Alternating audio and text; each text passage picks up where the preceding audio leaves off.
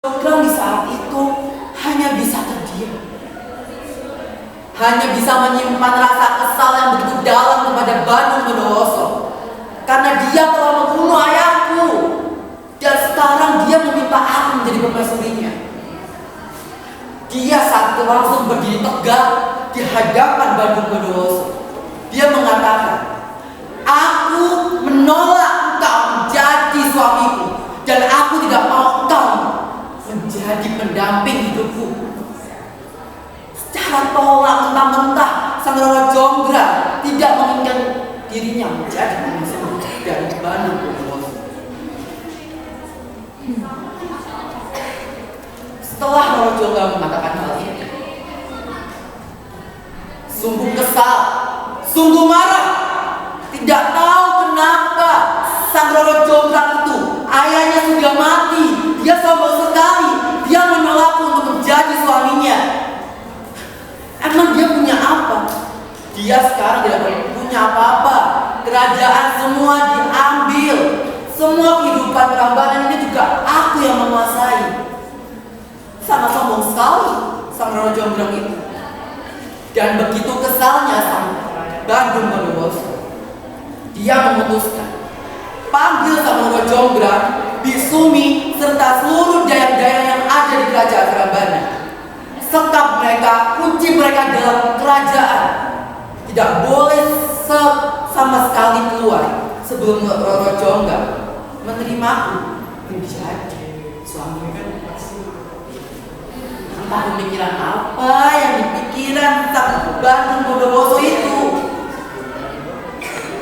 Tarik paksa, semuanya diambil paksa, dan sekarang kehidupan telah berubah. Semuanya menjadi gelap gulita, penuh dengan kesepian, penuh dengan kesucian. Dia hanya bisa menangis. Roro Jonggrang hanya bisa menangis. Mengapa ini terjadi padaku? Mengapa Tuhan? Aku telah dipanggil. Ayahku telah dipanggil. Sekarang aku harus memiliki pilihan. Jika aku menolak Sang Bandung Bondowoso, aku serta seluruh rakyatku akan disekap dalam kerajaan ini. Tapi jika aku menerima dia, tidak sudi sama sekali aku bersama dia. Dia telah membunuh ayahku. Dia telah membunuh kehidupanku. Dengan begitu, marah, sedih, kesal, bercampur rasa semuanya pada saat itu. Di tengah-tengah Sang Roro Jonggrang beratapi nasibnya pada saat itu. Dengan enaknya tiba-tiba Sang Prabu, Sang Bandung Bondowoso datang menghampiri Roro Jonggrang. Dia mengatakan, "Bagaimana? Apakah kau mau menikah denganku? Apakah kau mau menjadi permaisuriku?" Seakan-akan kata-kata itu, kalimat-kalimat itu selalu terngiang-ngiang di dalam otak Sang Roro Jonggrang, di dalam pikiran Sang Roro Jonggrang. Dia tidak bisa hidup nyaman, tidak bisa hidup dengan damai, karena selalu diselimuti oleh kata-kata dari Sang Bandung Bondowoso. Dia bingung, aku harus bagaimana saat ini? Apa yang harus aku lakukan? Saat itu Roro Jonggrang hanya bisa terdiam, dan Bisumi pun datang yang selalu menemani Roro Jonggrang. Bisumi sangat sedih, berharu melihat Sang Roro Jonggrang. Kenapa hal ini terjadi padanya? Kenapa? Dan seketika Bisumi memeluk Roro Jonggrang dari belakang. Dia menyemangati, dia memberi semangat kepada Roro Jonggrang. Dia mengatakan, "Nah, kamu tidak perlu khawatir. Bisumi memiliki ide yang cemerlang. Sekarang ikut kami untuk pergi dari Dengan muka kebingungan, Roro Jonggrang yang saat itu sedang sedih langsung ditarik oleh Bisumi menyelinggap ke setiap sudut kerajaan untuk menemui dayang-dayang. Saat berjalan, Roro Jonggrang hanya bisa kebingungan. Ini sebenarnya ada apa? Ini apa yang dilakukan oleh Bisumi? Lalu Roro Jonggrang pun bertemu dengan dayang-dayang dan prajurit-prajuritnya yang masih tak setia kepadanya. Bisumi pun mengatakan kepada mereka, "Sekarang kalian semua kumpulkan jerami di dalam ruangan ini sebanyak-banyaknya." Roro Jonggrang yang hanya terdiam, dia bertanya kepada Bisumi, "Ini apa? Ini untuk apa semuanya?" "Ini rencana untuk mengalahkan Sang Bandung Bondowoso." "Emang bagaimana caranya?" Dia teringat dengan satu syarat dari Sang Bandung Bondowoso. Bandung Bondowoso mengatakan, "Kau tidak mau menikahi denganku, kau tetap di sini, tidak keluar sama sekali." Dan saat itu Roro Jonggrang mengatakan, "Baik." Dengan keputusan yang cepat dia mengatakan, "Aku akan menikahi kamu, menikahi engkau menjadi suamiku dengan satu syarat." Dengan muka angkuhnya Sang Bandung Bondowoso merasa hal remeh yang dikatakan oleh Roro Jonggrang itu. Memang apa yang mau minta? Aku akan bisa melakukan semua itu. Aku memang semuanya akan bisa melakukan sesuai keinginanku. Dengan begitu dia menatap Roro Jonggrang. Roro Jonggrang pun mengatakan, "Jika memang kau ingin menikahiku, kau harus bangun 1000 candi dalam semalam untuk aku." Dengan muka angkuh, dia mengatakan, "Baik, akan aku bangun 1000 candi hanya untuk mendapatkan kamu, Roro Jonggrang." Dan tidak sengaja pada saat itu Bisumi mendengar perbincangan mereka. Dan akhirnya pada saat itu jerami dibakar seakan-akan terang cahaya matahari sebelah timur telah terbit. Karena memang satu syarat itu harus bangun dalam semalam. Jika memang sudah pagi, berarti Sang Bandung Bondowoso telah gagal. Akhirnya Bisumi membantu Roro Jonggrang untuk membangun jerami yang besar dan dibakar. Api menyala begitu menyambar dari seberang timur. Dan juga ayam pun tertipu pada saat itu. Karena pada saat itu ayam berpikir memang telah pagi. Karena begitu besar api yang dinyalakan di jerami. Sehingga ayam itu pun berkokok. Dan kemudian pada saat pembangunan itu, Sang Bandung Bondowoso memikirkan untuk meminta tolong kepada bangsa-bangsa jin. Karena bangsa-bangsa jin hanya yang bisa membantu mereka, hanya bisa yang membantu Bandung Bondowoso untuk membangun 1000 candi dalam semalam. Dan ternyata memang sudah pagi pada saat itu. Bandung Bondowoso pun merasa terkejut. Mengapa sudah pagi? Begitu cepat malam ini? Dan ternyata bangsa jin pun mengatakan, "Tuan, saya tidak bisa lama-lama di sini. Karena matahari telah terbit, saya harus pergi dari sini." Dan begitu saja semua ditinggal oleh bangsa jin. Dengan penuh yakin, Sang Bandung Bondowoso meyakinkan dirinya karena dia menganggap bahwa setelah 1000 candi yang dia bangun, pasti aku akan berhasil. Tidak mungkin aku terkalahkan. Kemudian Roro Jonggrang menghampiri Sang Bandung Bondowoso. "Lihat Roro Jonggrang, aku telah berhasil membangun 1000 candi untuk." Akhirnya Roro Jonggrang pun memastikan dengan menghitung setiap candi yang telah dibangun. 1998, 998, 999, Hei Banu Bondowoso, 1000-nya di mana? Ini hanya terangkat 999. Kau telah gagal. Kau tidak bisa mendapatkan apa. Dengan begitu angkuh, dengan begitu marah, jengkel, tidak mungkin aku bisa terkalahkan oleh Roro Jonggrang. Hal ini tidak mungkin. Kemudian dia mengecek secara ulang. Dan memang ternyata candi itu hanya 999. Mengapa hal itu terjadi? Sang Banu Bondowoso merasa ditipu oleh Roro Jonggrang. Dia langsung marah kepada Roro Jonggrang. Hei engkau Roro Jonggrang, jika memang kau tidak bisa mendapatkan, kau yang akan menjadi ke-1000 candi dalam daerah ini.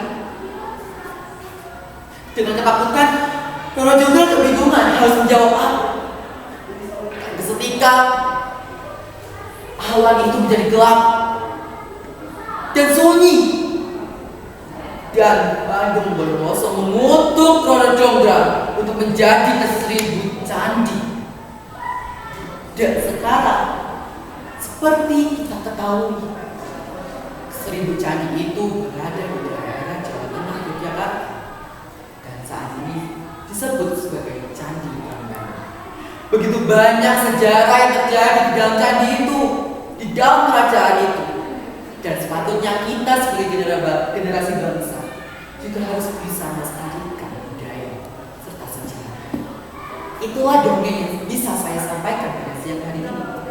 Semoga ibu guru serta teman-teman semuanya bisa mendapatkan pesan bahwa janganlah kita angkuh, janganlah kita mau sendiri, karena semua tidak bisa kita dapatkan. Terima kasih.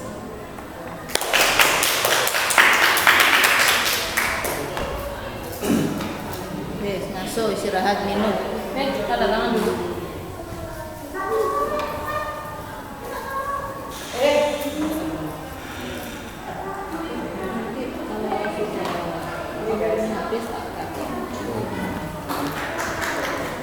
Pelajaran saya di sini ingin mengisahkan sebuah dongeng brilian berjudul Seorang Serangga. Dahulu kala hiduplah sepasang suami dan istri. Mereka sangat miskin. Si sang istri sangatlah rajin, sedangkan sang suami sangat malas. Dia hanya tidur dan tidur setiap harinya. Dia tidak mau membantu istrinya untuk mencari nafkah. Sang istri tidak percaya. Ia sering berdoa kepada Tuhan untuk membantu suaminya. Suatu malam, sang suami mendapati mimpi. Di dalam mimpinya, seorang lelaki tua datang kepadanya. Lelaki tua tersebut mengatakan kepada sang suami agar mengambil sampahnya dan pergi ke sungai. Pergi ke tengah sungai dan tunggu sampai sebuah tali muncul dari sana. Ambil talinya perlahan, kemudian kamu akan menemukan sebuah rantai emas. Kamu bisa memotong dan mengambilnya, tetapi jangan mengambil rantai emas tersebut panjang dengan panjang, kata lelaki tua itu. Sang suami pun langsung terbangun dari mimpinya. Keesokan harinya, sang suami mengambil sampah dan pergi ke sungai. Dia ingin melakukan nasihat dari lelaki tua pada mimpinya semalam. Kemana kamu mau pergi? Tanya sang istri. Dia sangat terkejut melihat sang suami sibuk menyiapkan sampah. Aku akan pergi memancing sayang, sampai jumpa. Sang suami tidak ingin memberitahu tentang mimpinya semalam, karena dia tahu istrinya akan mengira dia gila karena dia mengikuti mimpinya. Saat sang suami tiba di sungai, dia mendayung sampannya hingga mencapai ke tepi sungai. Dia kemudian melihat ke sekeliling permukaan air dengan sangat hati-hati. Lalu, apa yang terjadi selanjutnya? Tiba-tiba, seutas tali muncul dari sana. Lelaki tua itu benar, kata sang suami pada dirinya sendiri. Dia kemudian menarik tali tersebut dengan perlahan-lahan. Kemudian, di ujung tali tersebut, dia melihat sebuah rantai emas. Rantai tersebut terbuat dari emas murni, sangat berkilau dan bersinar. Wah, benar-benar terbuat dari emas murni.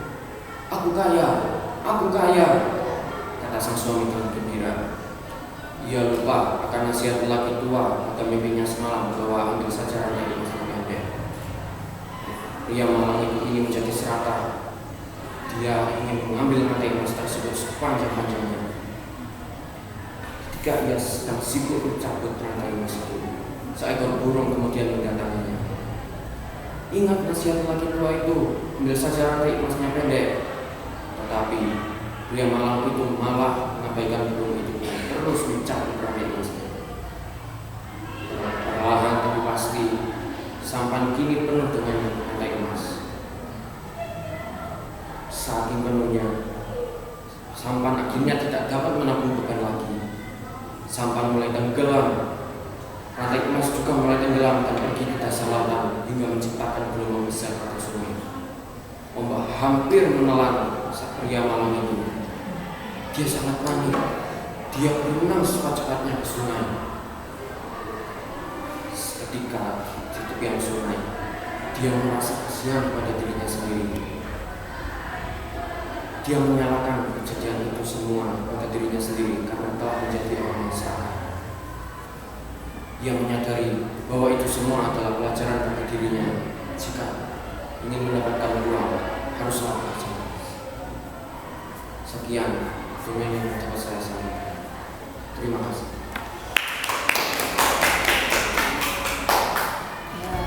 Assalamualaikum warahmatullahi wabarakatuh. Perkenalkan, saya Muhammad TK Saputra dari kelas 9F akan membawakan sebuah dongeng yang berjudul Lutung Kasar. Pada zaman dahulu, hiduplah seorang raja. Raja itu bernama Prabu Tapal. Dia memimpin kerajaan Pasir Batang dengan arif dan bijaksana. Prabu Tapal memiliki 7 orang putri. 5 di antaranya sudah menikah dan menjadi permaisuri di kerajaan. Tinggal 2 putrinya yang belum menikah, yaitu Purbarara dan Purbasari. Tapi Purbarara memiliki seorang tunangan. Dirinya bernama Raden Indrajaya, yang terkenal tampan dan gagah, anak seorang menteri kerajaan. Suatu hari, sang Prabu Tapal ingin menurunkan tahtanya ke kedua putrinya tersebut. Namun dia khawatir jika tahtanya diturunkan ke Purbarara karena sifat buruknya justru akan membahayakan keselamatan rakyatnya. Dia merasa lebih baik itu Purbasari lah yang ditunjuk menjadi penerus tahta karena sifat baik dan budi luhurnya. Dia tak perlu khawatir tentang rakyatnya. Dan tibalah saatnya ketika sang Prabu mengatakan bahwa penerus tahtanya adalah Purbasari. Purbarara seketika menjadi iri kepada Purbasari. Purbarara pun akhirnya mengatakan hal tersebut kepada Raden Indrajaya. Raden Indrajaya menyarankan Purbarara untuk datang ke seorang dukun.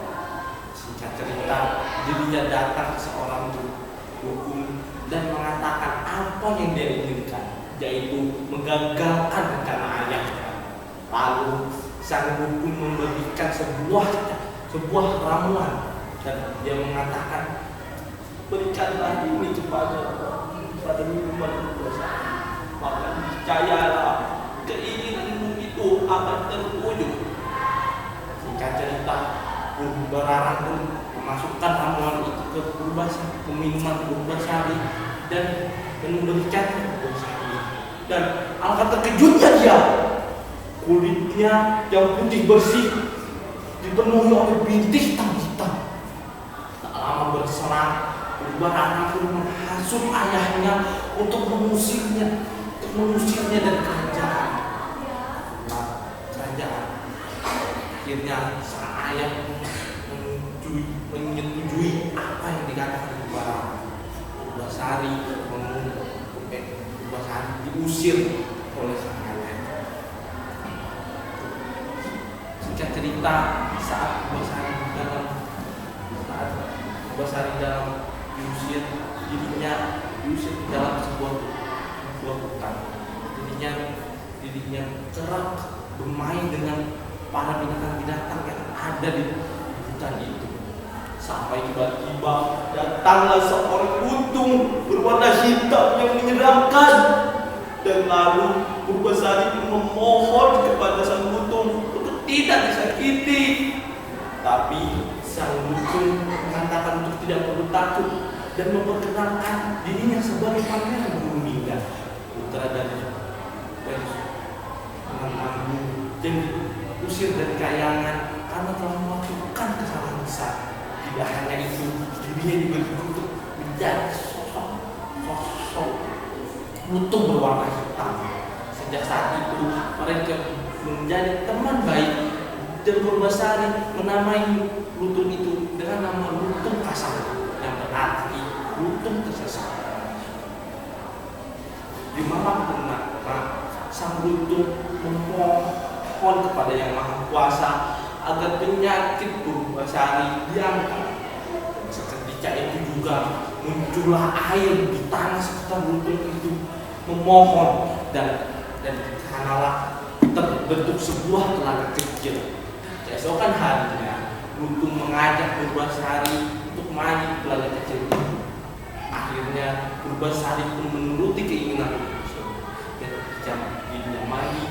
Alangkah terkejutnya Purbasari melihat tubuhnya yang penuh dengan bulu hitam kini kembali putih bersih seperti sedia kala. Beberapa hari kemudian sang utusan raja pun datang. Dan datang, dirinya pun terkejut melihat Purbasari yang kembali seperti sedia kala. Dan akhirnya sang utusan raja mengajak Purbasari untuk pulang kembali ke istana. Namun dirinya menolak karena sudah kenyang di hutan itu. Tapi sang utusan raja tetap memaksa Purbasari untuk ikut dengannya kembali ke istana. Dia memperbolehkan, tapi ada syarat. Sang lutung harus ikut dengannya. Saat Purbasari kembali ke istana, semua anggota kerajaan menyambut Purbasari dengan gembira kecuali Purbalarang. Dirinya semakin iri melihat Purbasari yang sembuh dari penyakitnya. Dan akhirnya Purbalarang pun menantang Purbasari untuk ikut lomba. Siapa yang menang akan menjadi penerus tahta ayah, dan siapa yang kalah akan diusir dari istana. Dan perlombaan pun dimulai. Perlombaan pertama adalah perlombaan memasak. Siapa yang memasakkannya selesai lebih cepat dan lebih nikmat masakannya akan menang.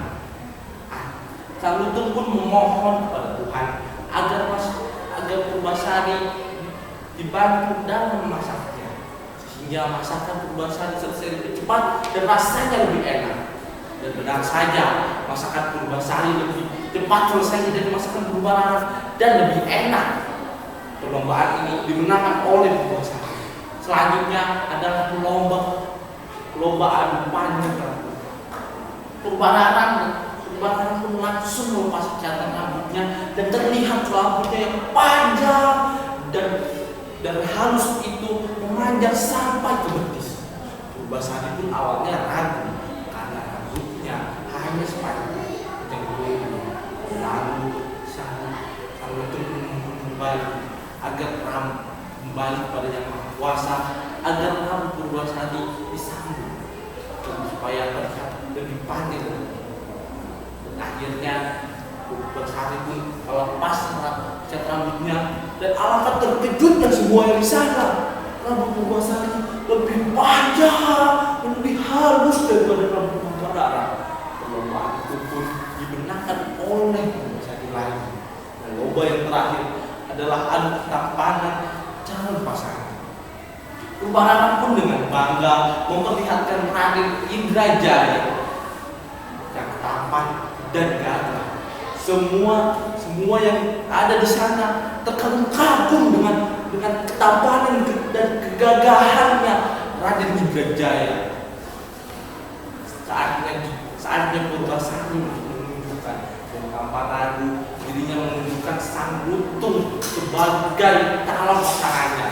Mendengar hal tersebut, Purbarara pun tertawa melihat betapa konyolnya Purbasari menunjukkan seorang lutung yang menjadi pasangannya. Mendengar hal tersebut, sang lutung pun marah dan dirinya memohon kepada Tuhan agar wujud aslinya sebagai pangeran burung indah diperlihatkan. Dan seketika wujudnya dikembalikan seperti semula. Semua orang yang menonton terkesima dengan pangeran burung indah karena lebih tahan dan dijaga daripada Ratu Purbajaya. Dan perlombaan tersebut akhirnya dimenangkan lagi oleh Purbasari. Sesuai perjanjian, Purbarara dan Raden Indrajaya itu harus pergi dari istana. Dan Purbasari pun diangkat menjadi penulis tahta kerajaan. Namun Purbasari memiliki sifat yang baik dan lugu, memaafkan Purbarara. Akhirnya Purbasari pun ditunjuk sebagai penerus tahta kerajaan dan menikah dengan Pangeran Burung Indah. Terima kasih. Assalamualaikum warahmatullahi wabarakatuh. Salam.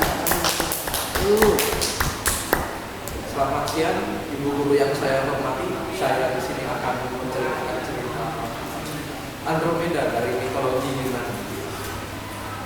Mungkin kita mengenal nama Andromeda dari gugusan bintang yang dikenal dengan nama galaksi Andromeda. Tapi di mitologi Yunani, Andromeda dikenal sebagai putri dari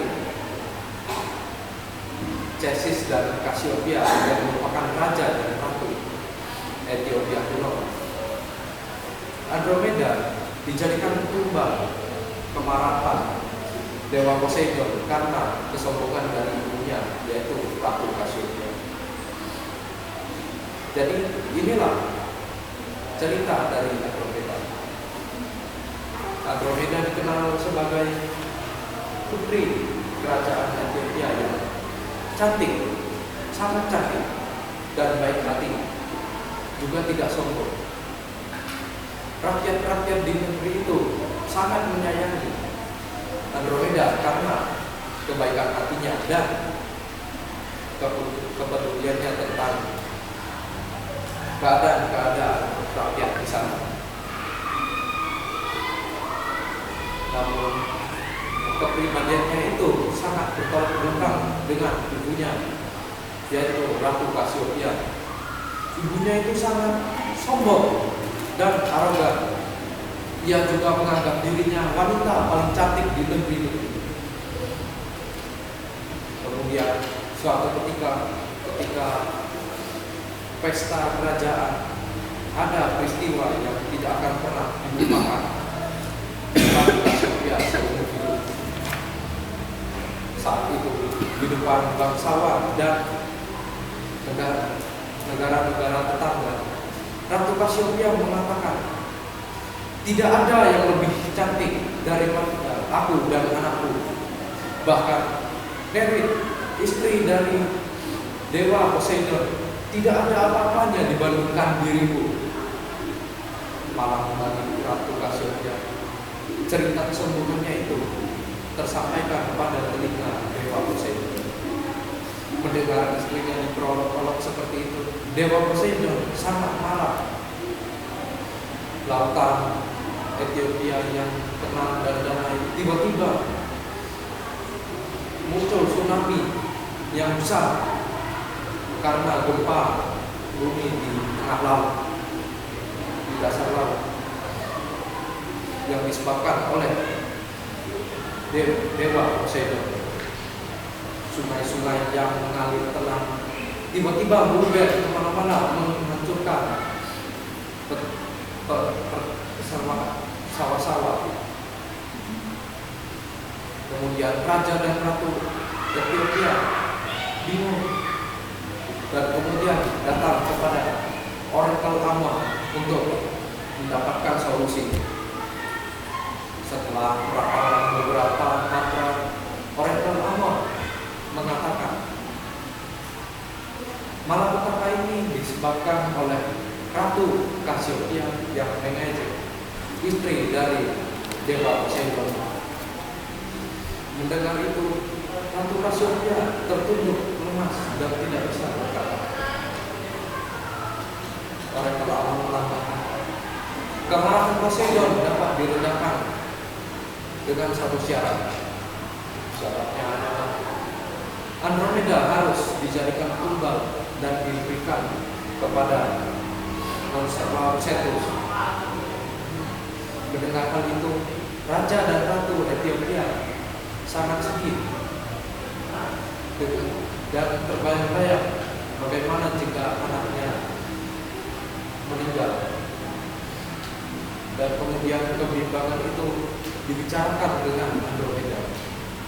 Andromeda yang mendengar itu terkejut dan setelah merenung sementara, Andromeda dengan tegar menerima syarat itu. Hari penerbangan tiba, Andromeda diikat di pinggir pantai berbatu. Tak jauh dari pinggir pantai terlihat monster laut Cetus muncul ke permukaan dan perlahan-lahan mendekat ke pinggir pantai tempat Andromeda berada. Orang-orang di pantai itu berlari ketakutan dan penjaga yang memastikan ritualnya berhasil pun juga lari ketakutan. Oleh karena itu, Andromeda menangis dan berdoa kepada Tuhan, semoga ada keadilan, semoga negerinya diampuni dan orang tuanya juga diampuni. Tetapi Perseus yang tidak sengaja lewat sekitar itu kemudian ingin menyelamatkan Andromeda. Kemudian Perseus berusaha memukul balik monster laut Cetus. Pertarungannya sangat sengit, tapi pemenang akhirnya adalah Perseus. Setelah itu Perseus membebaskan Andromeda. Setelah itu mereka pergi ke kerajaan Ethiopia dan menemui keluarga Andromeda. Setelah itu orang tua Andromeda memperbolehkan Perseus untuk menikahi Andromeda sebagai rasa terima kasih. Setelah itu mereka pun menikah dan hidup berbahagia selama-lamanya. Itu cerita dari saya. Terima kasih telah mendengarkan. Selamat siang.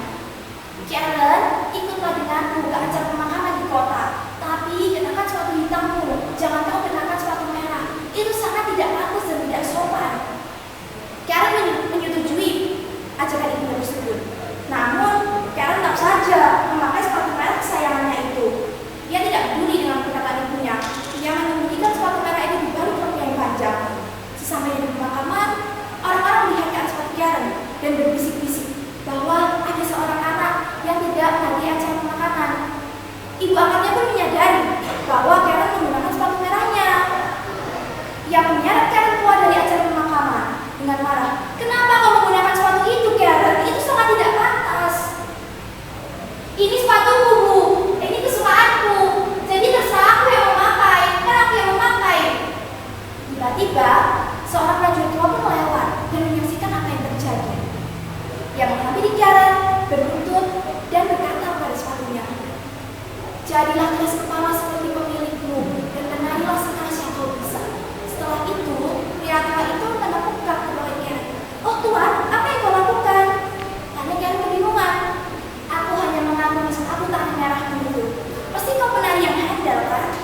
Karen merasa sangat senang karena ia telah dipuji. Ia ingin membuktikan pada pria tua itu bahwa ia memang penari yang handal. Ia mulai menari beberapa langkah sebelum ia pergi menjauh ke kereta kudanya. "Oh, tapi kenapa tidak bisa berhenti? Apa yang aku lakukan? Kenapa dengan kakiku?" Sepatu itu membawa Karen pergi menjauh. Sepatu itu terus menari tanpa henti, membawa Karen ke hutan dan ke gunung. Sepanjang siang dan malam, Karen terus menari dan menari. Ia tidak bisa beristirahat, tidur maupun makan. Sekarang punggungnya terasa sangat pegal, kakinya pun terasa sangat sakit. "Oh seseorang, tolong aku! Aku pulang! Aku ingin pulang! Tolonglah seseorang, tolonglah aku!" Namun tidak ada seseorang pun yang mendengarkan perkataan Karen. Tiba-tiba sepatu itu membawa Karen ke semak-semak berduri sampai Karen terjatuh. "Ah tolong, kakiku sakit sekali! Semak-semak ini menggangguku!" Dengan susah payah Karen melepaskan sepatunya. "Aku sakit sekali, aku ingin pulang." Sekarang Karen tidak bisa berjalan tanpa bantuan bapak. Bagaimana caranya Karen sampai di rumah? Ibu angkatnya pun merasa sangat senang atas kehadiran Karen. Dia menyuruhnya untuk beristirahat. Keesokan paginya, saat Karen ingin belanja ke pasar, ia sangat terkejut melihat sepatu itu menari-nari di depan pintu menghalanginya untuk pergi ke pasar. "Oh, aku sangat menyesal atas perbuatanku. Seharusnya aku tidak keras kepala seperti sepatu ini." "Oh nak, Karen, jika kau benar-benar menyesal, maka berdoalah. Pasti doamu akan terkabul." Dengan perkataan itu, Karen segera bergegas berdoa. Sepanjang siang, malam, setiap hari Karen berdoa tanpa henti. Sampai suatu pagi, ia terbangun melihat prajurit tua itu berada di depannya. Prajurit tua itu berkata, "Aku bangga padamu, nak. Sekarang kamu telah menyesali perbuatanmu dan berubah menjadi lebih baik. Maka sepatu ini akan menghilang." Setelah berkata demikian, pria tua itu menghilang bersama sepatunya. Karen merasa sangat bahagia. Mulai saat itu, Karen memutuskan untuk belajar lebih giat dan menuruti semua perkataan ibu angkatnya. Jadi, pesan moral dari cerita ini adalah janganlah kamu membantah perkataan orang tuamu, karena orang tua ingin yang terbaik untukmu. Dan juga jangan jadi keras kepala, karena sikap itu akan membangun menjadi suatu hari baru. Sekian dari saya. Wassalamualaikum warahmatullahi wabarakatuh.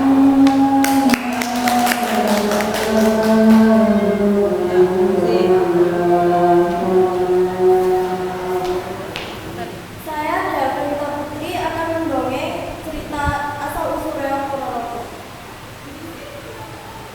Di sebuah kerajaan bernama Kerajaan Kediri, hiduplah seorang putri yang sangat cantik bernama Dewi Sanggalangit. Semua raja-raja di Kerajaan Kediri berlomba-lomba untuk melamar Dewi Sanggalangit.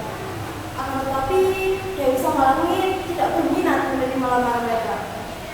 Raja Kediri, ayahnya Dewi Sanggalangit pun merasa khawatir karena sikap sang putri dapat memicu peperangan antar kerajaan. Memang hak mereka berada di tangan Dewi Sanggalangit. Namun pada akhirnya Raja Kediri pun ikut campur tangan. "Mbak, sikapmu yang selalu menolak raja-raja itu dapat membahayakan keamanan kerajaan kita. Coba bayangkan jika raja-raja itu sakit hati dan menyerang kerajaan kita," ucap Raja Kediri.